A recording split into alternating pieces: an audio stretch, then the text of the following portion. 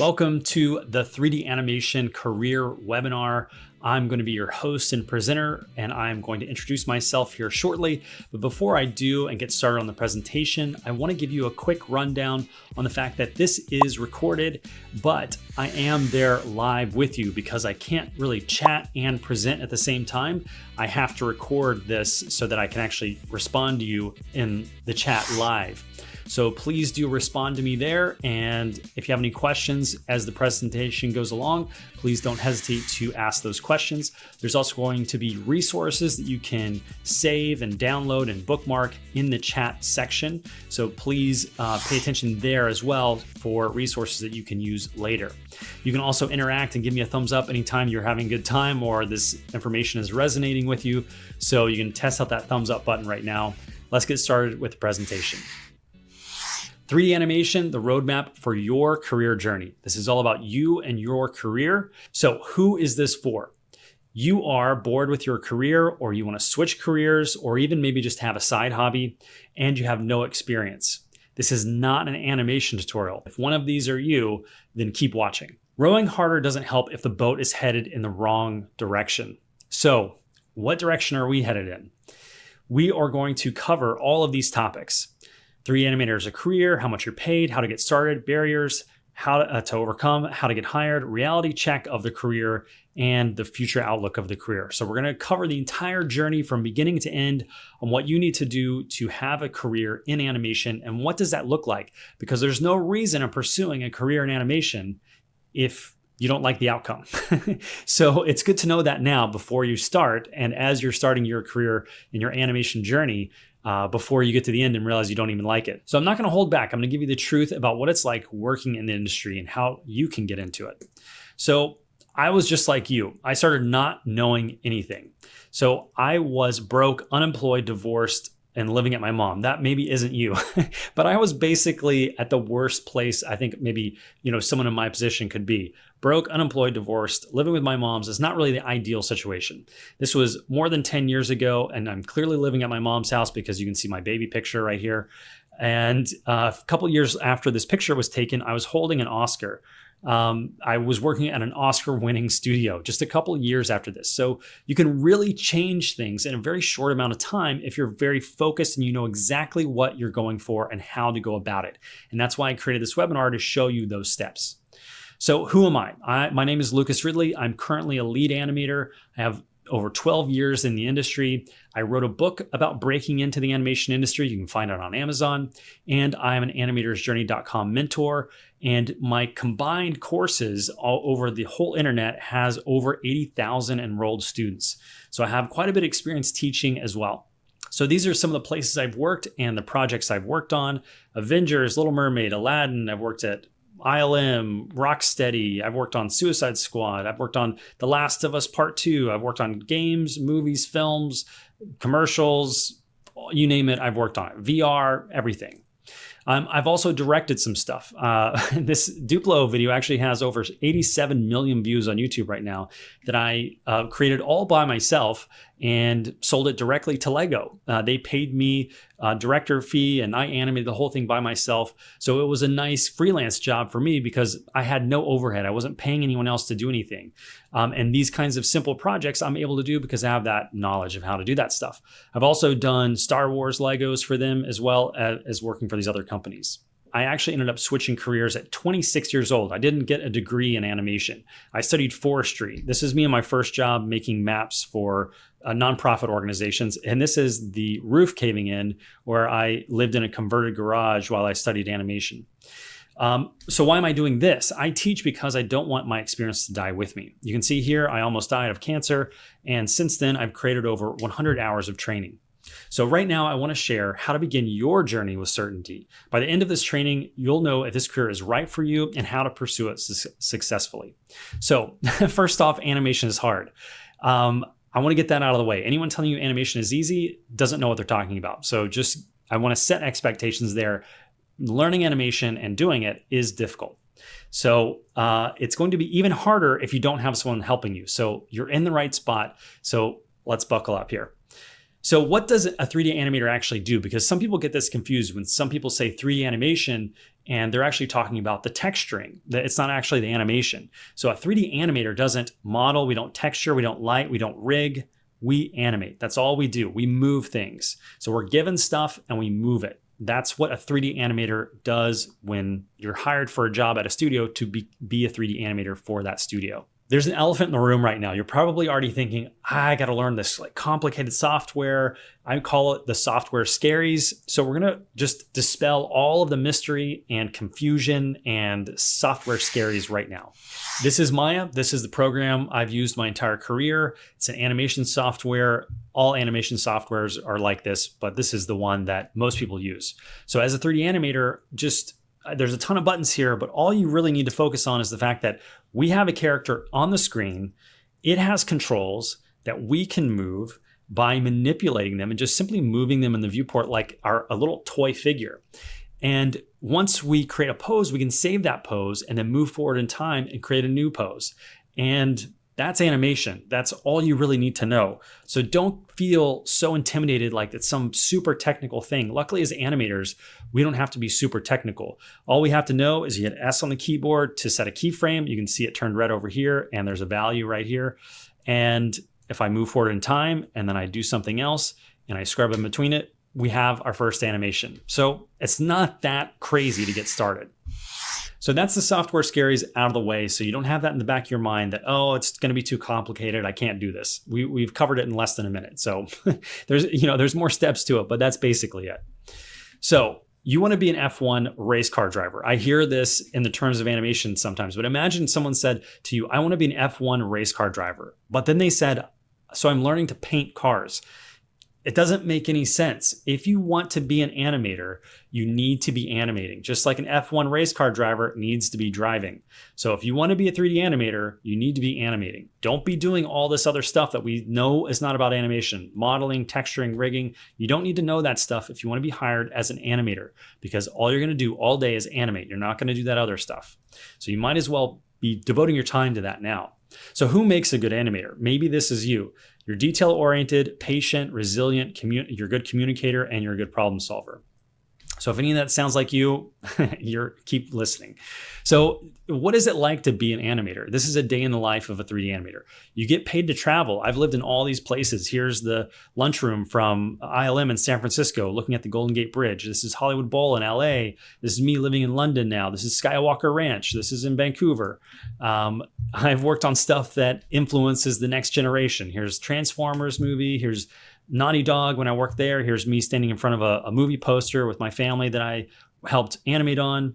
And then, your favorite director could watch your stuff and say, yeah, put that in my movie. Here's when Steven Spielberg, the quotes I wrote down of his that he actually commented on my work and he put it in Ready Player One. You get to make friends who are super talented and into the same stuff that you are. And, Mark here has worked on the Pirates of the Caribbean. Webster over here, he worked on the Matrix, the original Matrixes. We have amazing people in the industry, and you get to basically sit right next to them and learn from them when you're in these studios. It's also a creative field, so it's quite a bit more fulfilling than jobs I've had in the past. But we're not curing cancer here. It's relieves stress in people's lives and creates a connectedness through storytelling, basically. And I say it's not curing cancer, so it's not like the end all be all, but I have this Make-A-Wish GIF here because it was actually a Make-A-Wish kid's choice to come to the studio and learn about animation when I was working at Naughty Dog. And I had the good fortune to teach him a little bit about animation. And it made me reflect and realize how impactful what we do is to people and how meaningful it is to people because it relieves stress and they can kind of escape from their daily lives and also feel more connected to others who they've never even met through storytelling. So day in the life of animator, all that's cool stuff. That happened after I was broke, unemployed, divorced, and living with my mom. So don't think I'm like some special whatever. I started at rock bottom, all right? And in a couple of years, I was in the industry. So you can achieve this transformation too. So every career has its pros and cons, and you just need to figure out for yourself, do the pros outweigh the cons? One tip I have is to follow artists on social media so you can kind of get their salty takes on stuff, and they'll usually share some good insights into the places they're working and what's happening in the industry. So how much are you paid? So it depends on location. It depends on your experience level. It depends on the field in animation that you're in, TV, film, games, or commercials. And it depends somewhat on your ability to negotiate. I've worked at places where my coworkers had a difference of $10,000 to $20,000 in pay, and we had very similar experience.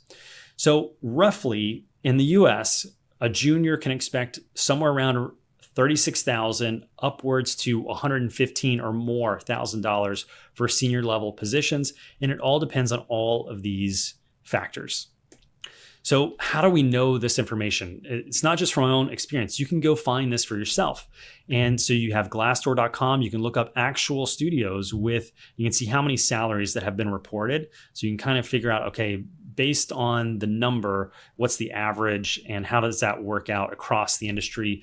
Even city to city, it can be different. So you want to make sure you're keeping track of that. There's also Bureau of Labor Statistics in the United States. So you can see, relative to other industries, how animation fares. You can see the median salary is around 77, which is similar to what we saw on Glassdoor. And the highest is 10% is 142. So you get all these kind of different numbers that kind of show you around about what you can expect when you get into the industry. You also have other resources like this, Salty Animators Salary Collection, which I co-host with the Salty Animators Instagram account. So you can go check that out and see these anonymous reported salaries there. There's also other surveys like AnimState. There's surveys like Skill Search that are mostly based in the UK. So then you can get more focused in different regions of the world even when you find different resources like this, and then kind of cross compare all of these to make sure that you have the right information. You also have animation guilds and unions that have their own information. So how much you're paid depends on all these things, and the resources you can use to verify these and stay up to date on those are available to you in the chat. So give me a thumbs up if you're glad that you've got that now. So if that sounds good, let's keep going. You can see it's a livable wage. And, you can expect to, you're not going to be a billionaire. And hopefully you didn't expect you were going to be if you worked in animation, but you're going to be able to live a good life. You're basically a blue collar artist worker. And I've made a career and a life out of it. So how do you get started? If all that sounds good, how do you actually begin? So you don't want to start with Google and YouTube necessarily. It's good for that entry level stuff, but you don't know what you don't know. So a lot of times you don't even know what to search for. So that's where you need a bit of help. So typically what happens with people starting out, they'll Google YouTube over time. As their pain increases, they'll keep Googling and YouTubing. A lot of time has gone by and they keep trying to find answers to things they don't even know how to ask questions for because they don't know what they don't know, until their pain gets enough where they're like, all right, enough time has passed. I haven't made much progress and I'm in a lot of pain. I'm going to enroll in a course. My suggestion is you just shortcut all this pain and time and you enroll in a course of your choosing to just get the focused information so you skip all this time and pain. So if you're not willing to invest in yourself, how are you going to be able to convince an employer to invest in you as a hire in the future? So there's 3 different ways that you can learn. There's self-study, there's in-person, and there's online mentorship. The 3 things you basically need to learn in one of those 3 is you need to learn the software, you need to learn animation, and you need to learn to develop your eye. Each one of these things are basically like a Venn diagram that overlap a little bit. They can help each other, but you can also learn them on their own, but they all take time. Another one down here is being production ready, which if I have time, I'll talk about at the end. So how to get started, self-study. This is the first option. You could do YouTube. You could do inexpensive courses, less than $100. You don't have a mentorship and you're on your own. So, you can get stuck quite easily. It can be very time consuming and many people give up.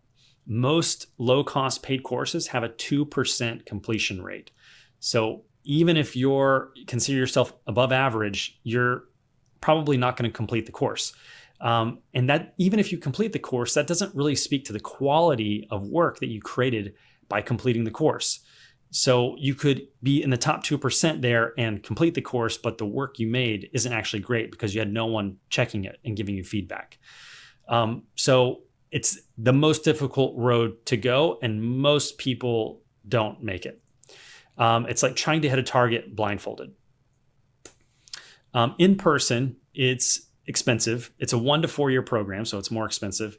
Possibly knowledgeable teachers. I have a story here in a second. You're not on your own. You'll be more well-rounded as an artist, but sometimes that doesn't matter and can be a waste of time itself because you just need to know exactly what you need to know to get the job. But if you've never been to college, maybe you'll enjoy that college experience. The average, this is in the United States, the average 4-year art school costs are there. And this story, someone stole one of my courses and taught it at a school, college, where the students were paying, I think it was like $14,000 a semester to get secondhand information that the teacher couldn't answer questions for because they didn't know the material. They just stole my stuff. One of the students reached out to me and told me about this. That's how I found out. But in this situation, you have to take good notes because that's all you're going to have at the end. And keep in mind, I have the same salary as someone who went to a 4-year degree and paid 4 times as much as I did where I went to a 1-year school. So this was me. I did do a 1-year in-person program, plus I did online after because even the 1-year in-person didn't give me enough information because it was a bit too broad and I didn't go as specific as I needed. So here is literally my notebook where I was $50,000 in debt so that I could attend this. Like I said, I was broke when I did this. I put it all on credit cards and I made it work. I don't recommend that, but that's just my journey. So online mentorship, it's a fraction of the cost of in-person. Each term is usually around 8 to 12 weeks. So it can take around 1.5 to 3 years to complete an entire curriculum. But sometimes it's overly segmented. You have the beginner course, the fundamentals course, the boot camp course, and it's very lateral progression. You're not actually going anywhere. So there's not enough progression between these courses usually because they're overly segmented. And they're also in a group setting typically. So they can move quite slow because you can be sitting on a Zoom call with, a handful of other people and just waiting for your turn to come around. And you're having to listen to all these people. And, half the people never even show up for these because of that reason. So people enroll in courses and they never even attend because they realized how boring and slow they are sometimes. Also, it's time zone dependent. So you have to show up at a certain time and a certain time zone, and it's a fixed length. So after those 8 weeks or 12 weeks, then it's done. And that's all the support you get. Or you can get a private mentor, but usually that doesn't come with any lectures or information. They're simply giving you feedback on your work. So you just give them your work and they give you feedback. Sometimes it's recorded, sometimes it's live, but that's it. They don't actually teach you anything. They just kind of tell you what's wrong with your animation. So again, take good notes because that's all you have most of the time. So I made this little chart, maybe a little confusing, but basically, if you could learn animation instantly, it would be like you're in the Matrix. You'd be down here. The most expensive, most time consuming would be up here. That's why that's the in-person 4-year program. And self-study, I put off the chart down here in the low money category. It's down, but it's off the chart in terms of time because it could take you an infinite amount of time to do self-study because most people never even get into the industry if they choose this option. And then you kind of have all these options in between money and how long it takes to complete. So time is a big consideration here. And you might have heard this before. Time is money, right? Not exactly. You can get more money. You can't get more time. So we really need to be placing more value on time. So here's a little kind of thought experiment. Person A does $14,000 a year for a 4-year program because they say, hey, 50 grand for a 1-year program is too expensive for me. I'm going to go through this 4-year program. It's more traditional. I know what to expect because 50K for 1 year is just too much. I can't do it. And then this person over here says, I need to start working soon. They value time. This person doesn't value time. They're saying, I'll take the slow route. I'll take 4 years. This person is saying, I want a job in a year from now. So we have this chart of what they've spent versus, that typical salary that we see. What is that like after a few years in school? After school, this person has graduated. The person who valued time, after 1 year, they're already earning money. And I know this because this is me basically. After 1 year, I had a job. So after a few years, I'm, a 5 year ahead, 5 year total here. I'm well ahead of the money earned than the person who went through the 4 year school, even though they were saying, hey, money is important to me because I don't want to take something that's too expensive. But they actually chose the slow route and it led to having less money over time because they took the slow route. Again, time being the important thing. So I was ahead by this much money and I had more experience. So I'm always going to be slightly ahead of them. So the longer you wait to start working is costing you time and money. So yeah, roughly between different comparisons I've done of this is, the opportunity cost of what you're losing there. So not properly valuing your time is really an issue. So imagine you've listened to this webinar and we're best friends now and we're going to go on vacation. I say, let's go to Hawaii. You say, cool, let's go to Hawaii. And you say, I'm going to save some money. I'm going to row there because I don't want to pay for a plane ticket. I'll see you there in 2 months because it's going to take me that long to row there. We're going to miss each other because I'm getting a plane ticket. I'm going to go direct flight, ideally, no connections, and I'm going to go straight to Hawaii because I value my time. You're spending 2 months rowing and not really valuing your time correctly when you could have just gotten a plane ticket, right? Again, time to get to destination here. So to recap, how to start: self-study, in-person, online mentorship. And you just need to weigh all these factors, right? What's best for you? You need to take all this into consideration. And you don't have to just pick one. I've done all of these, and that's why I can speak to each one because I've done all of these. And you don't have to just pick one either. So right now you are here. You are at the call to adventure. If you've made it this far in the webinar, give me a thumbs up. And you are at the call to adventure. You're on the cusp of this hero's journey. And you have to overcome this refusal of the call, which the arrow should be pointing up here, not meeting the mentor. That's maybe me or someone. You have to overcome this refusal of the call. So the barriers, what are these barriers? What is the refusal to the call? Because you can already probably feel resistance in yourself of, it's too technical. I don't have the time. I'm too entrenched in what I'm doing. All of these barriers, right? Some are legitimate. Some are not legitimate. You're just creating false barriers because that's why I give you my example. I was at rock bottom. So I know if I can do it, other people can do it too. So time and money are some of the most common ones. They don't have the time or they don't have the money. So some of the people who enroll in my courses, like right before they enroll, they tell me they have no money and then they enroll.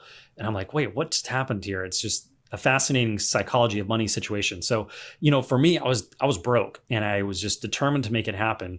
So I took out debt on credit cards, which again, I don't recommend. That's up to you financially, however you choose to do stuff. But I took a huge risk because that's how important it was to me. I valued the result, right? That's why I could overcome these barriers.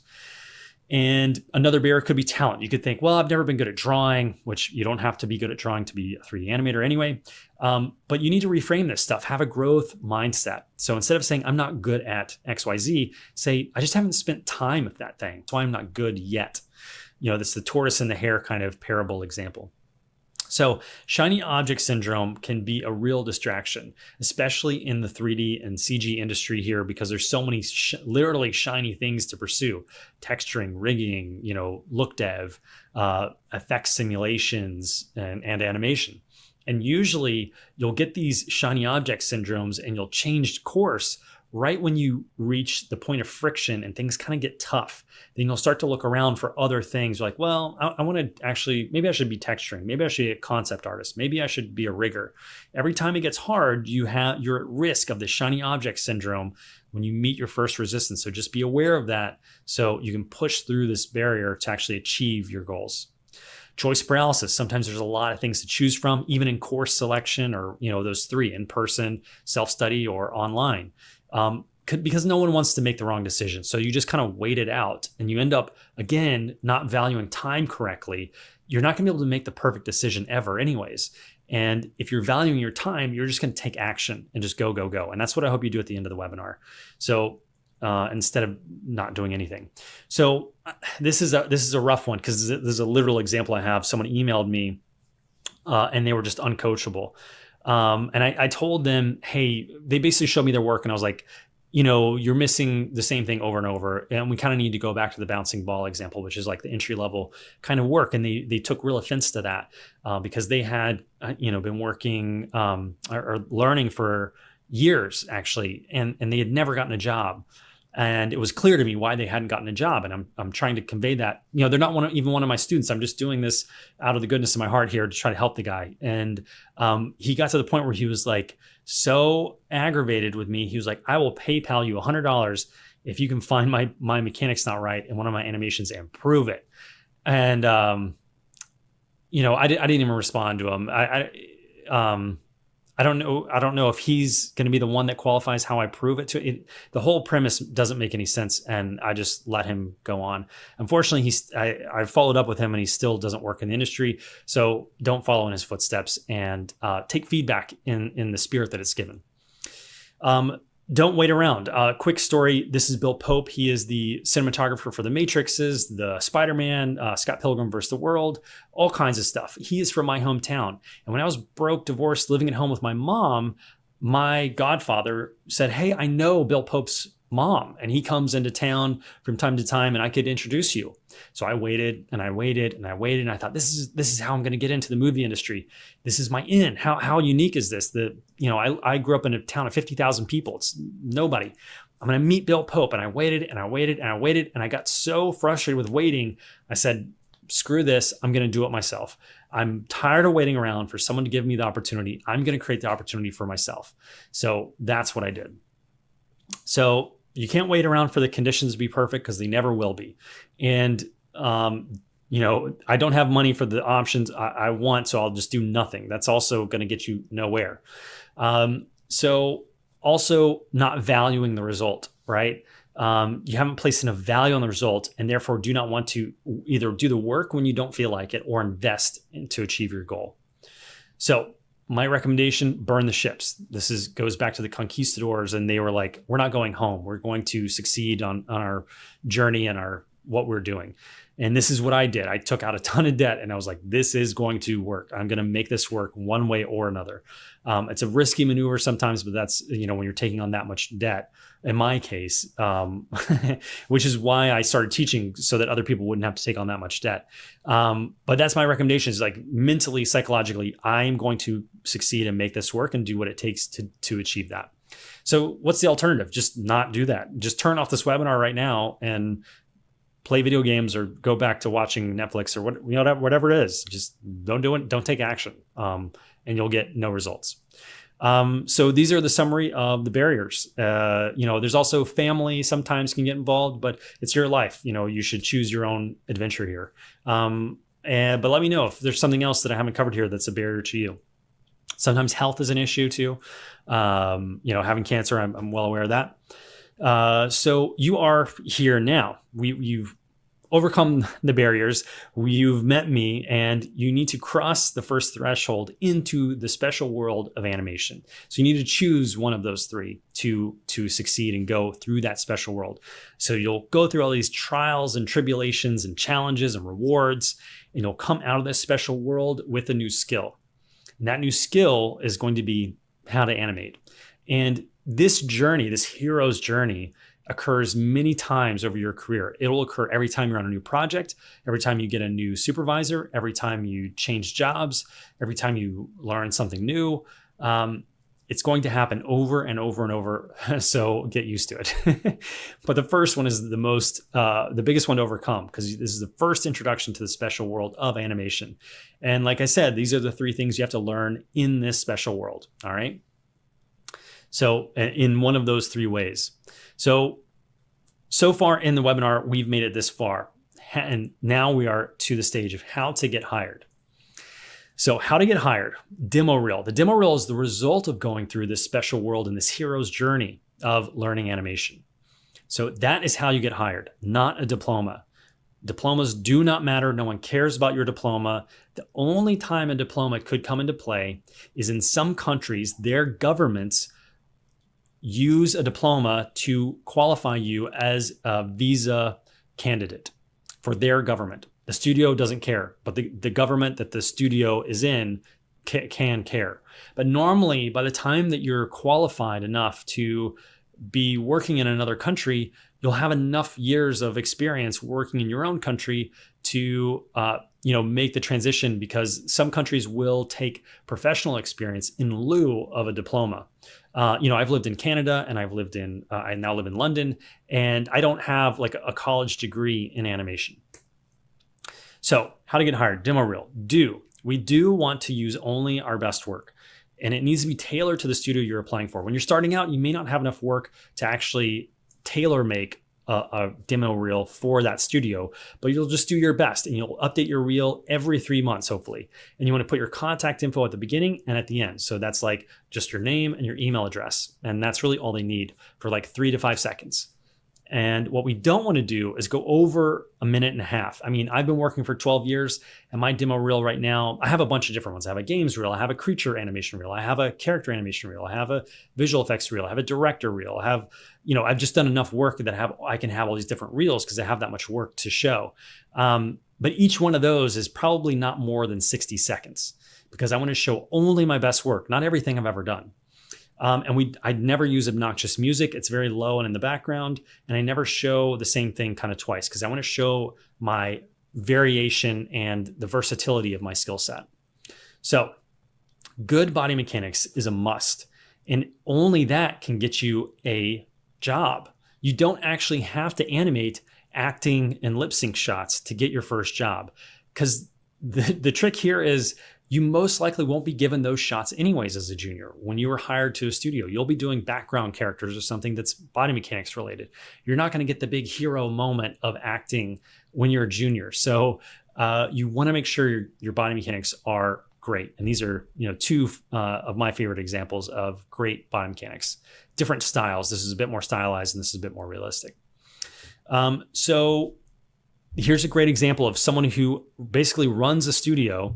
For the internship here, they posted, keep it simple. They would rather see a ball with legs demonstrating 12 principles of animation over elaborate action pieces. So even just keeping it simple and showing clarity in your work is really important. And it also goes to show following animators on social media can give you insights into what they're looking for when they're hiring. So our demo reel needs to demonstrate two things: animation skills and creative decision making. So you don't want to copy someone else's creative decision making. You don't want to just take a Disney movie and then frame for frame copy it, because you're taking away 50% of what we're showing someone in a demo reel, which is how you specifically would animate something, how you bring something creative to the table, because that's going to be your job as an animator. You're going to be given a situation and be told, hey, animate this, give me something interesting. And you can't be copying stuff from other places. You can pull inspiration, but you need to make your own creative decisions. So definitely do not copy other people's work and how they do stuff. It can be okay at the very beginning when you're just kind of like learning, but as you get into the meat of creating a demo reel that's going to get you hired, you want to start to show your own personality and your creative decisions. But you can't even really do that effectively until you have the animation skills down. So that's definitely number one. So keep applying. And don't just apply to animation jobs. Animation, being a 3D animator can have some overlap with other departments in the animation pipeline. You could be a layout artist, previs, post-vis. You could be a runner. You could work for the crowds department.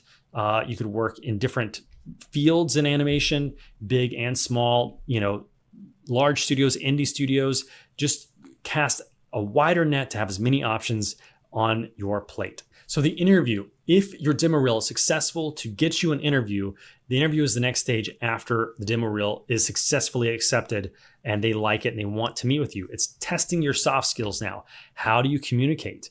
Remember the communication being a part of being a good animator? This is where this is tested in real time with someone live on a call. Are you friendly to work with? Because this is really important and easy to communicate with. And they'll probably ask you some maybe technical questions to see how knowledgeable you are, or ask you about specific shots in your demo reel to see how you approach certain problems. So don't just stop applying because you get a single interview though. Just always apply, even when an interview comes, because an interview doesn't guarantee a job offer. Don't give up.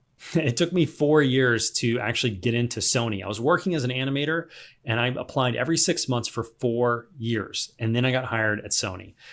So even when you're working in the industry, you can't give up. because what else are you going to do? This is your job. This is what you're going to be doing. So there's no option to be giving up. Be so good they can't ignore you. This is a great Steve Martin quote.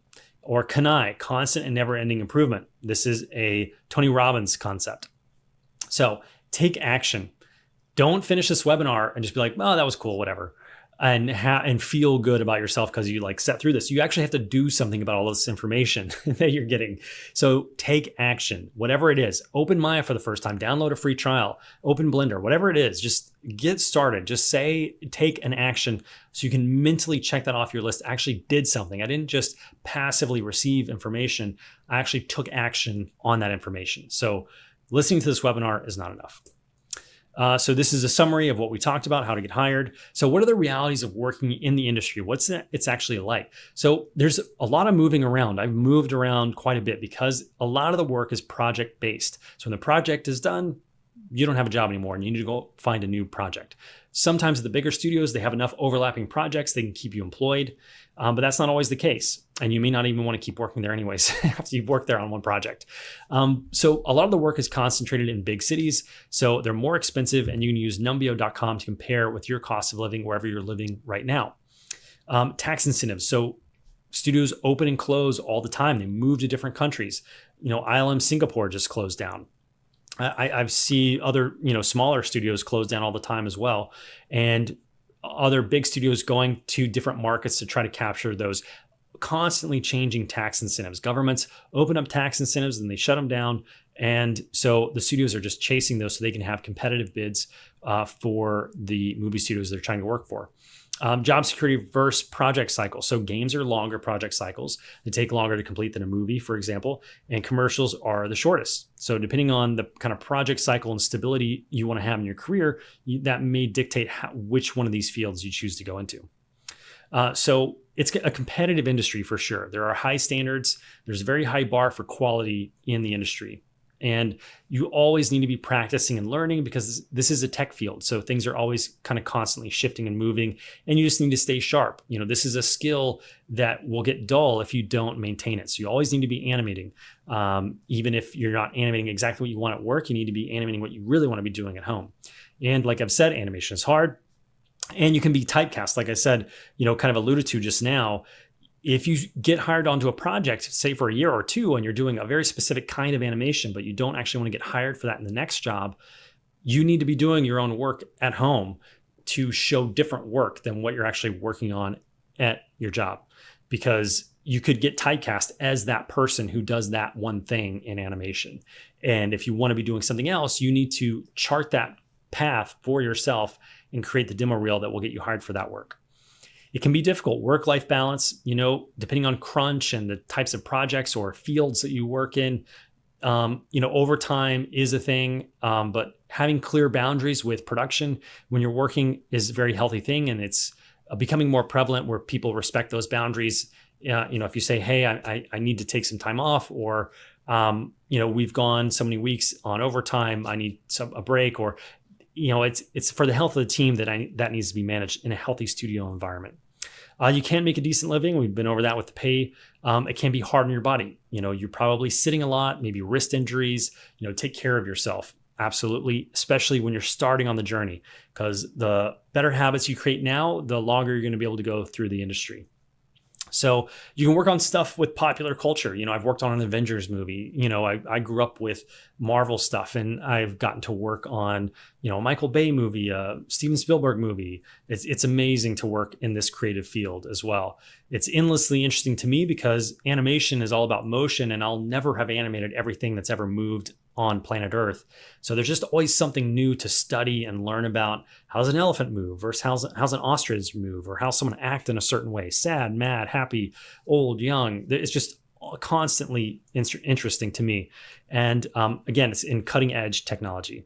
So, I've worked on VR projects, for example. I've worked with, using AI to help me write scripts for tools and stuff. It's just a really fun industry to work in. So you have to take all these pros and cons and just be prepared for them and understand what you're getting into before it happens. So it's easier to navigate when these difficult times may arise, when work-life balance isn't great, or these other considerations. So what's the future of the industry look like? There's definitely growth, year on year. There's some fluctuations, and there's like streaming wars, and things can change very quickly. Projects can be lost at one studio and gained at another, and it can even shut down a whole studio when they lose a project and another studio gained it. And that's why they chase these tax incentives, so they can be competitive in their bids.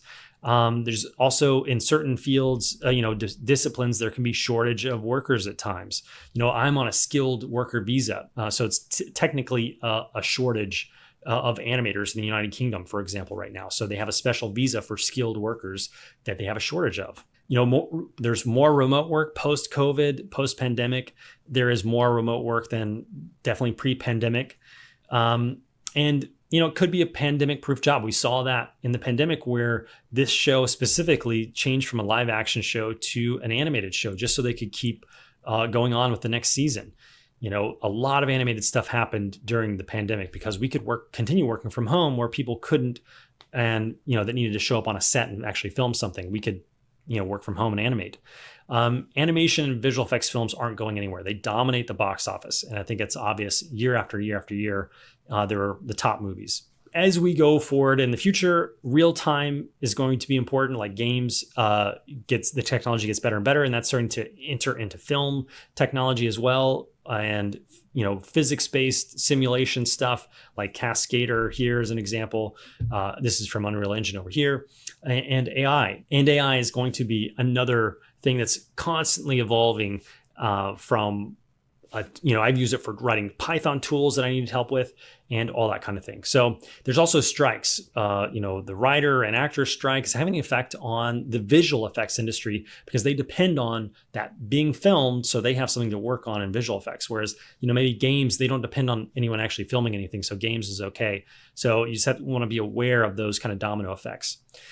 So Blender is a great software, but it's not used at any animation studio I've worked at. It's used maybe for modeling at some game companies, but it's really not being adopted broadly across the industry for animation specifically. It was used on Next Gen, which was the first Blender animated movie, and that studio shut down. So, when that movie came out, it was like, Blender's taking over, and then the studio shut down. That's not the case. So Maya. You want to give yourself every advantage you can. So why not learn the thing that most places use to animate? And that's Maya. Also, Unreal here is coming up in very close second because of all the new advancements it's having. I think it's really going to probably eclipse Blender because Unreal is also free and it has better and better animation tools coming along. So that's the overview for the future outlook. Here is all the stuff we've gone over. So how are you feeling now? The webinar is coming to a close. Are you feeling excited or overwhelmed? Let me know in the chat. Give me a thumbs up if you've enjoyed the webinar so far. I have one more thing to discuss, and I wanted to see if you think now that this career is right for you based on this information. And do you know the steps you need to take now to work as a 3D animator? If you don't, ask me the question in the chat right now. Let me know. What questions do you still have about this and pursuing it? Like when the webinar ends, like what are you going to do next, kind of a thing. And so if you decide that this is for you and you're ready to take the next step in your journey, it's more difficult without a guide. Animation is hard, and it's even harder if you don't have a guide. For example, how long would it have taken you to find all this information that I just gave you by yourself? You may not have even known what to Google or had the 10, 12 years experience that I have to know this information, right? This is the advantage of having a guide. So having a guide is like having a time machine. It's basically like having a shortcut to exactly the right answer, exactly when you need it. Remember how important time is. You can get more money, you cannot get more time. Once it's gone, it's gone. And having cancer and survived it, trust me, I know this. This is why a harp on time is so important, because we never know how much we have of it, really. So you can get more money, you can't get more time. So after trying everything, I've done all the stuff, in person, online. I created a program I wish I had when I began my journey as an animator. It's called Animator's Journey. So beginner, if you made it this far, beginner is where you'd want to start. So what did this program cost me to create? I paid $60,000 for an education. So, in person and online, I've paid probably over 60,000. If you include living expenses, it's probably closer to 100. I've been animating professionally for 12 years at some of the biggest studios in the world. I have 6 years of teaching experience. Over 80,000 people have enrolled and taken my courses. And I have recorded and created over 100 hours of training material. I took an entire year of my life to develop this new framework on what I thought would be best for you starting your animation journey as a beginner. So this is what you get in Animator's Journey Beginner. You get lifetime access. You're never cut off. Once you enroll, you're going to always have the lessons. You're going to always have the recordings. You're going to always have the demonstrations. You're going to have the past student reviews. I have quizzes each week as well to help you prove that you've retained the information before you even begin the challenge. So the challenge is you actually doing the animation so you can put the knowledge that you get each week to use. And then all the rigs and project files are provided to you, so you don't need anything else like that. And you get a 1-year student license of Maya because Animator's Journey is a qualified educational institution according to Autodesk. So I give you a verification document you can take to Autodesk and you get a 1-year student license of Maya. It's a full version of Maya. The only thing that happens is you get a little pop-up that says, hey, this is a student version. You can't use it commercially, meaning you can't do work and get paid. Everything else it's 100% Maya. If you go try to pay for an indie license of Maya, which is the lowest version of Maya you can pay for, that would be $280 per year. So that's worth $280. You can take the first 2 weeks of the course and then decide if you like it. All right. So you enroll, take the first 2 weeks of the course, and then tell me if you want your money back. I'll give 100% of your money back. We also have a special offer here for the partner school that I run of all the training that I've done. That's not mentored, that's just the recorded stuff that I've done historically. I give you a 1-year membership to that. That's $300 or $300 right there. So that's $2,497. That's what I charged for the first people that enrolled. So after all those students took the course, I actually changed the course. I added some things. I actually added a private community. So you get feedback from me in the community within 24 hours. All right. You can also interact with your other fellow students and keep up to date if I post jobs that I see. And, you can get an awareness around what they're requesting in jobs. I also have introduced a monthly Zoom call. So once a month, we get on a live Zoom call with me and I can review your stuff live. I can answer your questions live. You can just come and show up and see what we're talking about and listen in. That happens once a month. So I've added all that in addition to unlimited reviews. I can't emphasize this enough.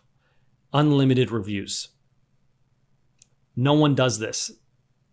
And I don't know if I'll be able to do it for forever. If Animator's Journey Beginner blows up and thousands of people enroll, I'll probably have to stop this.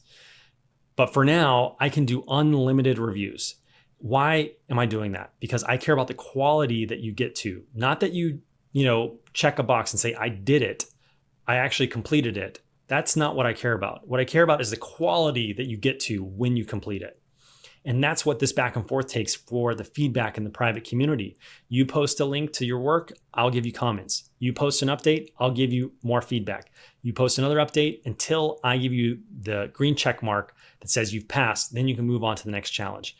And we'll have this back and forth and improve your work so you reach the quality you need to reach to actually achieve your goals of working in the industry or having an effective hobby if hobby is your goal. But it's really geared towards people who want to switch careers like I did and work in the industry. So I actually added all these things and it's no longer $2,497. I actually lowered the price to $997 after adding these things to the course. And the course is always evolving too. I keep adding, past student reviews. I'll update some lessons. And you get all those because you have lifetime access. So if that sounds good, you might be saying, yeah, maybe you right now, you're saying, sounds cool, but I don't have the time. The nice thing about this is you can actually enroll now and begin whenever you are ready. You don't have to begin at any set time because this is geared towards people who are trying to switch careers like I did. I know how busy people's lives can be. So this is based on your time. It's self-paced. Whenever you have time for it, you post and I'll be in the community. And I'll be there giving you feedback within 24 hours. Sometimes it's shorter. And sometimes it's so much shorter that I can actually give you feedback if you give me updates multiple times in a single day. So you can enroll now and begin whenever you're ready. And like I said, some of these things I might have to take away if enough people start enrolling and I can't do unlimited reviews. So, and there's also the special offer here that you may miss out on.